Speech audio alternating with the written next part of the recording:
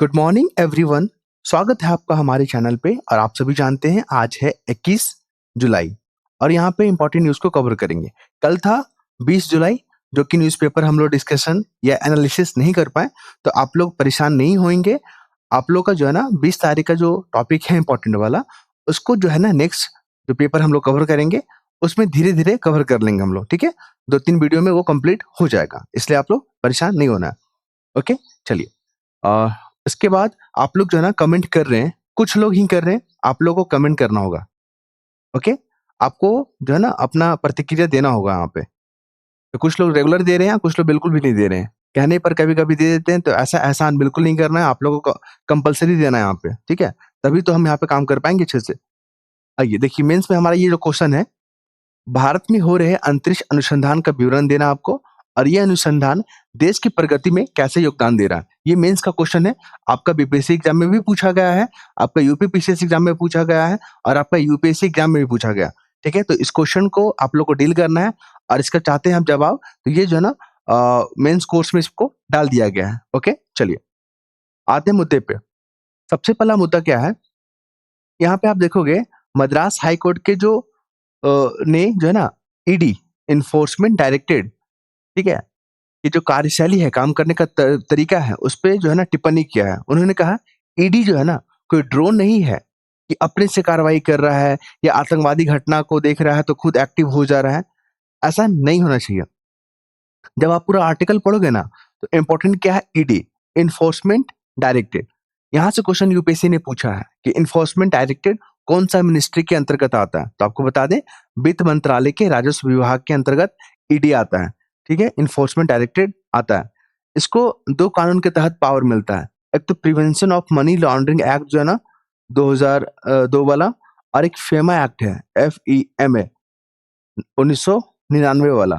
ठीक है? ये दोनों एक्ट के माध्यम से इसको पावर मिलता है ईडी को, और ये क्वेश्चन जो है ना यूपीएससी में पूछा गया है, ध्यान रखिएगा।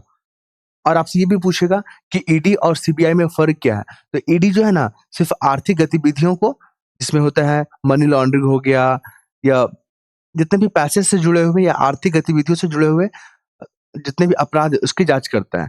लेकिन अगर हम लोग बात करें सीबीआई का, तो वो आर्थिक तो करते ही करता है, साथ ही आपराधिक वाला भी मामला देखता है वो। तो ये फ़र्क हो गया। इसका मिनिस्ट्री क्या हो गया? वित्त मंत्रालय, और सीबीआई का होता है क्रमिक मंत्रालय, है ना? ये दोनों फैक्ट को आप याद रखिएगा, यूपीएससी बहुत पूछा है। ये हैं जस्टिस वर्मा। आपको पता है ना, काफ़ी न्यूज़ में चल रहे हैं, इनके घर में जो है ना काफ़ी नकदी मिला था, पैसा बरामद हुआ था, तो इसके कारण इन पे भ्रष्टाचार का जो है आरोप लगा है और इनको हटाने की प्रक्रिया चल रहा है। वर्तमान में आप देखोगे तो इलाहाबाद हाई कोर्ट की ये जज हैं। तो इन देखिए, आपसे क्वेश्चन यही पूछेगा कि हाई कोर्ट के जज हो या सुप्रीम कोर्ट के जज हो, इसको हटाने की क्या प्रक्रिया, ये वेरी इंपॉर्टेंट है। आपका बीपीएससी जो 10 सितंबर को डेट दिया ना, उसमें देखिएगा सुप्रीम कोर्ट और हाई कोर्ट से क्वेश्चन पूछेगा आपसे, ध्यान रखिएगा। तो अच्छे से करके जाना है और जो हम आपको यहाँ पर बता दे रहे हैं उसको सुन लीजिए, यहीं से क्वेश्चन फ्रेम कर लेगा आपका। हाई कोर्ट और सुप्रीम कोर्ट में जो जज होते हैं उसको हटाने का क्या प्रक्रिया है? चाहे हाई कोर्ट हो चाहे सुप्रीम कोर्ट, संसद की भूमिका बढ़ जाता है। यहाँ पे महाभियोग चलता है। महाभियोग मतलब यह एक प्रक्रिया है जहाँ पे लोकसभा और राज्यसभा से जो है ना आपको 2/3 मेजॉरिटी से पास करना होता है प्रपोज़ल को, तब जाके इनको हटाएँगे। तो जब यहाँ पे जो जज थे ना सीजेआई, उन्होंने कहा कि आप इस्तीफा दे दीजिए, लेकिन इन्होंने देने से मना कर दिया। तो अब ऐसी स्थिति में क्या है, जब आपको पता ही है कि जाँच हुआ था तो इनके घर में पैसा मिला है और ये अपराध में भ्रष्टाचार में लिप्त हैं, लेकिन ये जो है ना इस्तीफा नहीं दे रहे हैं। तो इनको हटाने के लिए महाभियोग जो है ना प्रोसेस को लॉन्च किया जा रहा है। और आपको बता दें, महाभियोग जो शब्द है ना सिर्फ़ राष्ट्रपति के लिए यूज़ होता है। किसके लिए? सिर्फ़ राष्ट्रपति के लिए। आर्टिकल 61 अभी बहुत बार एग्ज़ाम में पूछ रहा है। अभी झारखंड पब्लिक सर्विस कमीशन के एग्ज़ाम में उसमें पूछ लिया, ठीक है? और भी बिहार के जो एग्ज़ाम में भी चल रहे हैं बिजली विभाग वाला, उसमें पूछ ले रहा है ये सब चीज़। तो ये सब जो न्यूज़ में रह रहा है खूब पूछ रहा है, ध्यान रखिएगा। साथ में आपको बता दें, बीपीएससी जो 69 वाला हुआ था ना, तो उसमें पूछा था कि हाई कोर्ट में अगर जज की संख्या बढ़ाना है, तो ये पावर किसको है? तो ये पावर है आपका राष्ट्रपति को। लेकिन सुप्रीम कोर्ट में अगर जज की संख्या बढ़ाना है, तो ये पावर किसको है? संसद को। ये दोनों फैक्ट को याद रखिएगा, एग्ज़ाम में क्वेश्चन पूछे जा रहे हैं। अब हम लोग बात करेंगे यूपीआई के बारे में। यूपीआई काफ़ी न्यूज़ में चल रहा है। क्यों चल रहा है? क्योंकि जो रियल टाइम जो सेटलमेंट होता है, जो पेमेंट होता है, उसमें यूपीआई अग्रणी भूमिका निभा रहा है। अगर आप देखोगे पूरा वर्ल्ड में, तो जो ट्रांज़ैक्शन हो रहा है डिजिटल डिजिटल के रूप में, और जो रियल सेटलमेंट हो रहा है, उसमें यूपीआई जो है ना अपना दबदबा बना रहा है। क्लियर है? आपको बता दें unified payment interface full form पूछ सकता है, ध्यान रखिएगा। और यूपीआई जो है ना केवल भारत में बल्कि 7 देश जो है ना में यूपीआई जो है काम कर रहा है। वो 7 देशों का नाम याद रखिएगा, वेरी इंपॉर्टेंट है, ठीक है? ये क्वेश्चन आपसे पूछने वाला है इस बार। ये देखिए कहाँ गया 7 देश? संयुक्त अरब अमीरात यूएई, भूटान में, ठीक है? भूटान, मॉरिशस, सिंगापुर, श्रीलंका, नेपाल और फ्रांस। बहुत इंपॉर्टेंट टॉपिक है, इसको इग्नोर मत कीजिएगा। ये सातों देश का नाम याद रखिएगा, पूछ देगा आपसे। अभी यूपीएससी का एग्जाम हुआ था, मई में हुआ था, ठीक है? तो वहाँ पे आप देखोगे तो मई में एग्जाम हुआ था, तो वहाँ पे ऑप्शन दिया हुआ था कि किन-किन देशों में जो है ना यूपीआई लॉन्च किया गया है। तो ध्यान रखिएगा। तो यूपीएससी पूछा गया है, तो बीपीएससी भी पूछेगा, इसको ध्यान रखेंगे आप। पहला ये हो गया। और अंतर्राष्ट्रीय जो मुद्रा कोष है ना आईएमएफ, उन्होंने रिपोर्ट में कहा है कि भारत अब वैश्विक स्तर पर त्वरित भुगतान करने वाला, ठीक है, मामले में अग्रणी देश बन गया। ये हो गया। साथ ही आपको बता दें इससे क्या फायदा होगा। तो भारत जो है ना डिजिटल का जो इंफ्रास्ट्रक्चर है काफी मजबूत हो रहा है। भारत का जो है ना वित्तीय समावेशन की दिशा में ये महत्वपूर्ण कदम है। और भारत विश्व पर डिजिटल रूप में नेतृत्व करने के लिए तैयार है। तो आपसे मेंस में कुछ कुछ क्वेश्चन पूछेगा कि इसके सकारात्मक प्रभाव क्या है, तो आपको यही वित्तीय समावेशन के बारे में, फिर डिजिटल नेतृत्व के बारे में, आप इसके बारे में बात करेंगे। ओके? ये है एडिटोरियल पेज। यहाँ पर बात किया गया है कि जो हमारा आर्थिक नीति है ना और भी जो डेवलपमेंट है, उसके बीच में तालमेल होना चाहिए। कुल मिलाकर जब आर्टिकल पढ़िएगा, तो प्रीलिम्स में आपसे 3-4 टॉपिक जो है ना बार-बार पूछता है। पहला क्या पूछेगा आपसे कि जो मॉनेटरी पॉलिसी है और ये फिजिकल पॉलिसी है, दोनों में फ़र्क क्या है? तो देखिए, आरबीआई जब इन्फ्लेशन कंट्रोल करने के लिए जो नीतियाँ बनाती है, उसको मॉनेटरी पॉलिसी कहते हैं। वही सरकार जब इन्फ्लेशन को कंट्रोल करने के लिए जो नीतियाँ बनाती है, उसको फिजिकल पॉलिसी कहती है। ये क्वेश्चन पूछा गया है बार-बार, याद रखिएगा ये फ़र्क को। दूसरा क्या होता है कि सीआरआर है, ठीक है? एसएलआर है। अगर इसका रेट को हम कम कर दें, तो अर्थव्यवस्था में लोन लेने की जो क्षमता होता है, उस पे क्या प्रभाव पड़ेगा? घटेगा या बढ़ेगा? ये क्वेश्चन पूछता है। अभी हाल ही में एग्ज़ाम कुछ हुआ था बिहार का, उसमें ये क्वेश्चन पूछ लिया कि अगर मान लीजिए आरबीआई सीआरआर को कम करता है, ठीक है? तो इसका इम्पैक्ट क्या होगा? जब सीआरआर कमेगा, रेट कमेगा, तो क्या होगा? जो कमर्शियल बैंक है ना, उनके पास सस्ते में लोन अवेलेबल होगा और वो कस्टमर को दे पाएँगे, तो लोन लेना आसान हो जाता है। ये ध्यान रखिएगा। भारत का लक्ष्य है कि 2047 तक हमको क्या बनना है? डेवलप कंट्री बनना है। ये डेटा याद रखिएगा। स्टेटमेंट बना के आपसे पूछेगा। 2047 की जगह 37 लिख देगा या 57 लिख देगा, तो आप लोग कन्फ्यूज़ नहीं कीजिएगा। पहला ये है, 2014 में अगर देखें ना, तो भारत का जो इकोनॉमिक था, वो 11th लार्जेस्ट इकोनॉमी था और वर्तमान में अगर हम लोग बात करें, तो 2025 के अंत में जो है ना, 4th लार्जेस्ट इकोनॉमी वाला देश हो जाएगा भारत। और और आने वाले 2 सालों में भारत 3rd लार्जेस्ट इकोनॉमी हो जाएगा, ध्यान रखिएगा। तो इसके फ़ायदे क्या हैं? तो भारत जो यूएनओ में रिफ़ॉर्म चाहता है और आपको पता है ना भारत यूएनओ का जो परमानेंट मेंबर बनना चाहता है, तो उस दिशा में ये काफ़ी महत्वपूर्ण होगा। आपसे क्वेश्चन पूछेगा कि भारत जो डिमांड कर रहा है यूएनओ में सुधार करने का, उसके पीछे क्या कारण है? और भारत की क्या क्या योग्यता रखता है यूएनओ का परमानेंट मेंबर बनने का? तो आपका जवाब हो जाएगा हाँ। क्यों? पॉपुलेशन में नंबर 1 है, लार्जेस्ट इकोनॉमी वाला देश है, ठीक है? भारत जो है ना यूएनओ का जो पीस अभियान होता है उसमें बढ़-चढ़ कर भाग लेता है। भारत सरकार जो है ना 8 बार अध्यक्षता सँभाला है। ये सब चीज़ों को बार-बार आपको लिखना है और पढ़ना है। यहाँ पर बात किया गया है सोशल मीडिया का।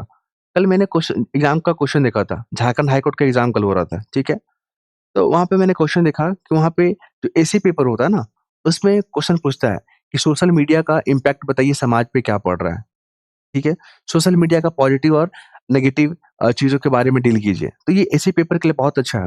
आपसे पूछेगा कि सोशल मीडिया का पॉजिटिव इम्पैक्ट क्या होता है? तो ये संवाद करने के लिए, कम्युनिकेशन करने के लिए, सूचनाओं को एक्सचेंज करने के लिए, अपनी बात को रखने के लिए, अपनी प्रतिभा को दिखाने के लिए, क्रिएटिविटी को दिखाने के लिए एक अच्छा मंच है। लेकिन इसके ड्रॉबैक भी हैं, जैसे कि प्राइवेसी को यहाँ पे नुकसान पहुँचता है। डीप फेक आपने देखा था, फेक न्यूज़ जो है काफ़ी जल्दी वायरल हो जाता है, डिजिटल अरेस्ट देखने को मिल रहा है। आप देखोगे पूरे दुनिया को एक गाँव की तरह तब्दील कर दिया गया है, ये पॉजिटिव है। लेकिन लोगों को ब्रेक भी कर दिया, वर्चुअल जो है ना वर्ल्ड में लोगों को जीने के लिए बेबस कर रहा है। आप देखोगे यहाँ पे लोग अपने परिवारों से जो रिश्ते नहीं बना रहे हैं, लेकिन जो है सोशल मीडिया पे रिश्ते को बना रहे हैं, वर्चुअल वाला। तो ये सब सही नहीं है। तो नेगेटिव और पॉजिटिव दोनों फैक्ट को ध्यान में रखिएगा। लास्ट में आपको सकारात्मक जो है क्या करना है, पॉजिटिव दे देना। क्योंकि सोशल मीडिया आपने देखा है, फेक न्यूज़ बहुत जल्दी वायरल हो जाता है। महिलाओं के खिलाफ ऐसे-ऐसे कंटेंट जो है ना, ये सामग्री वायरल हो रहे हैं जो महिलाओं की गरिमा के खिलाफ है।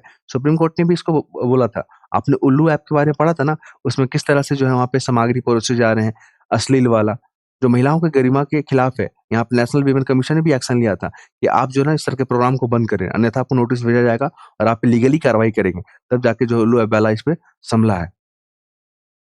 इसके बाद देख लीजिए हमारे प्रधानमंत्री जो है ना ब्रिटेन जाएँगे और मालदीव जाएँगे। जब पूरा आर्टिकल पढ़िएगा ना तो इम्पोर्टेंट फैक्ट क्या है कि जो ब्रिटेन के जो प्रमुख हैं, वहाँ के जो प्रधानमंत्री हैं और मालदीव के जो प्रमुख हैं, दोनों कौन पार्टी से बिलॉन्ग करता है उसको याद रखिएगा। क्योंकि अब जो है ना ब्रिटेन का जो लीडर है उसको वो कौन पार्टी से बिलॉन्ग करता है, ये क्वेश्चन पूछ रहा है।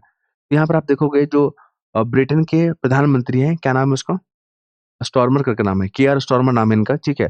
और ये जो है ना लेबर पार्टी से बिलॉन्ग करते हैं। कौन पार्टी से? लेबर पार्टी से। आजकल क्या कर रहा है, देश का प्रमुख का नाम दे दे रहा है, दूसरी तरफ पार्टी का नाम दे दे रहा है, मैचिंग करने के लिए पूछ ले रहा है। तो बहुत लोग जो ना इस एंगल से नहीं पढ़ रहे हैं। तो आप अगर हमारे चैनल से जुड़े हैं ना, तो आपको ये एंगल सीख लेना चाहिए, ठीक है? क्वेश्चन आपसे यहीं से पूछेगा। आपको पता है मालदीव जो है ना और भारत के बीच में जो है काफ़ी तनाव देखने को मिला था। क्योंकि जो वहाँ का राष्ट्रपति है मालदीव का, क्या नाम है? मोइज़ू, वो चाइना का समर्थक है। चाइना उसको सपोर्ट करता है। इस कारण ये भारत से जो है ना पंगा लेने के लिए आ गया था, ठीक है? और काफ़ी विवाद देखने को मिला था। हालाँकि भारत ने समझाया कि आप जो कर रहे हो सही नहीं है और फिर धीरे-धीरे चीज़ों को सॉर्ट आउट किया जा रहा है। आपको बता दें यहाँ पे भारत के जो प्रधानमंत्री जो ब्रिटेन के प्रधानमंत्री से मिलेंगे ना, तो कुछ क्षेत्रीय मुद्दे, कुछ वैश्विक मुद्दे पे द्विपक्षीय जो व्यापार है, उसको लेकर बातचीत चलेगा। यहाँ पर देखिए अभी इम्पोर्टेंट है। आपको पता है ना इज़राइल और फ़िलिस्तीन के बीच में विवाद चल रहा है ना, तो टू स्टेट सॉल्यूशन याद रखिएगा। आपसे यही पूछेगा कि टू स्टेट सॉल्यूशन जो खबरों में रहता है, सुर्खियों में रहता है, वो किस देश के जो है समझौता से जुड़ा हुआ है? तो फ़िलिस्तीन और इज़राइल ये क्वेश्चन पूछा गया है, बीपीएससी पूछा है, यूपीपीसीएस पूछा है और यूपीएससी ने भी पूछ लिया है। तो आगे भी पूछा जाएगा क्योंकि इज़राइल और फ़िलिस्तीन काफ़ी न्यूज़ में चल रहा है। यहाँ पर आप देखोगे ना सीरिया, सीरिया संकट मतलब क्या है? गृह युद्ध। वहाँ पे जो है ना आपस में ही लोग लड़ रहे हैं, ठीक है? तो ऐसे में गृह युद्ध का एग्जाम्पल आप यहाँ पर देख सकते हैं सीरिया में। आपसे क्वेश्चन पूछेगा कि सीरिया जो देश काफ़ी चर्चा में रहता है, किस कारण से? क्लाइमेट चेंज के कारण से, गृह युद्ध के कारण से, तो आपको गृह युद्ध डालना होगा। आपको बता दें यहाँ पे अभी जो है ना न्यूज़ में क्यों आ गया? तो बेदुइन जो जो एक ग्रुप है और ड्रूज़ जो ग्रुप है, ये दोनों के बीच में जो है ना संघर्ष देखने को मिला। हालाँकि अब यहाँ पे सॉर्ट आउट किया गया अमेरिका के नेतृत्व में। ठीक है? तो आपसे क्वेश्चन पूछेगा कि बेदुइन और ड्रूज़ जो है काफ़ी जो है सुर्खियों में रहते हैं। ये किस देश से जुड़े हैं या किस क्षेत्र से जुड़े हैं? तो आपका जवाब क्या हो जाएगा? सीरिया। यहाँ पर बात करेंगे हम लोग, जो नेपाल के प्रधानमंत्री हैं, ठीक है? वो सितंबर में भारत की यात्रा करेंगे। आपको पता है बीपीएससी के लिए इम्पोर्टेंट टॉपिक है, क्यों? क्योंकि बिहार जो है ना, नेपाल से बाउंड्री साझा करता है और कितना जिला करता है? 7 जिला करता है, ये भी ध्यान रखिएगा और हम लोग कई बार डिस्कस भी किए हैं। तो जो ओली हैं, प्रधानमंत्री, वो किस पार्टी से जुड़े हैं? तो national communist party important fact है और हाँ, नेपाल का जो है ना, वहाँ के डाटा याद रखिएगा जैसे कि वहाँ का नेशनल स्पोर्ट्स क्या है? वहाँ का करेंसी क्या है? क्योंकि भूटान वाला भी पूछ लिया कि वहाँ का नेशनल स्पोर्ट्स क्या है? कुछ कोई एग्ज़ाम में भी मैंने देखा था। तो लोग इस एंगल से नहीं पढ़ते हैं, तो आप लोग पढ़ के रखिएगा। वहाँ का करेंसी, वहाँ का स्पोर्ट्स के बारे में, क्योंकि वो हमारा पड़ोसी देश है और हम लोग का कल्चर काफ़ी मिलता है, ठीक है?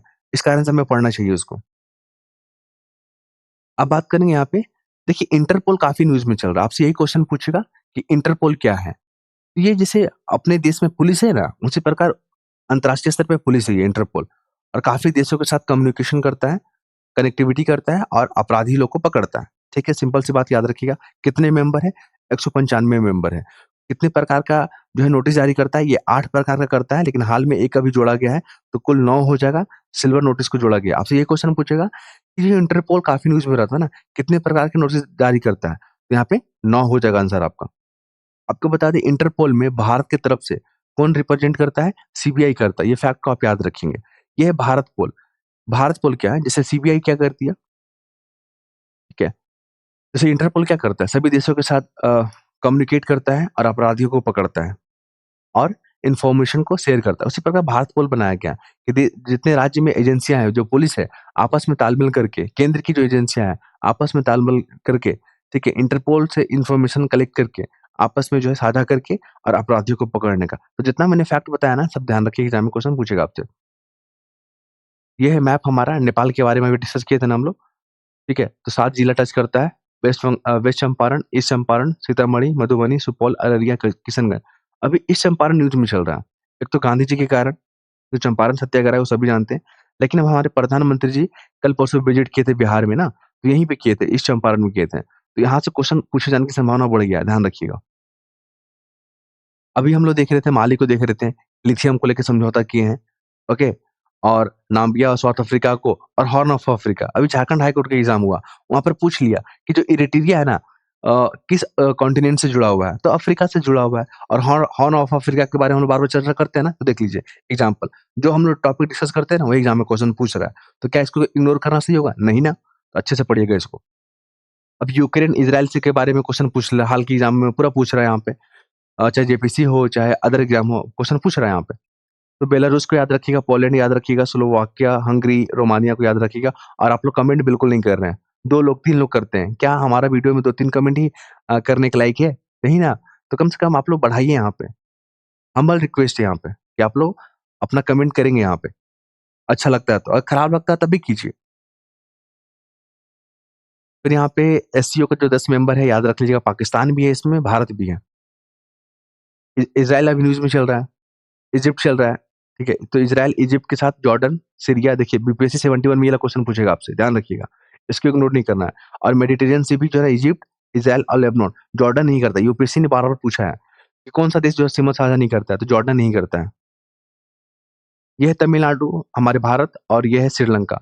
एक जो है ना कच्चा दीवू जो आइलैंड है ना, न्यूज़ में चल रहा है, विवादित है। हम लोग बात किए हैं नीलगिरी, जहाँ वेस्टर्न और ईस्टर्न घाट आके मिलता है, इसको ध्यान रखेंगे आप। ये गोदावरी और कृष्णा जो है ना, इसको जो है ना चावल का कटोरा या बॉल ऑफ राइस कहते हैं, ध्यान रखिएगा। और हम लोग तेल भी यहाँ से निकालते हैं, कृष्णा गोदावरी रीजन में, ठीक है? और गोदावरी और कृष्णा किस राज्य के बीच में विवादित है? तो तेलंगाना और आंध्र प्रदेश, क्वेश्चन पूछा जाएगा।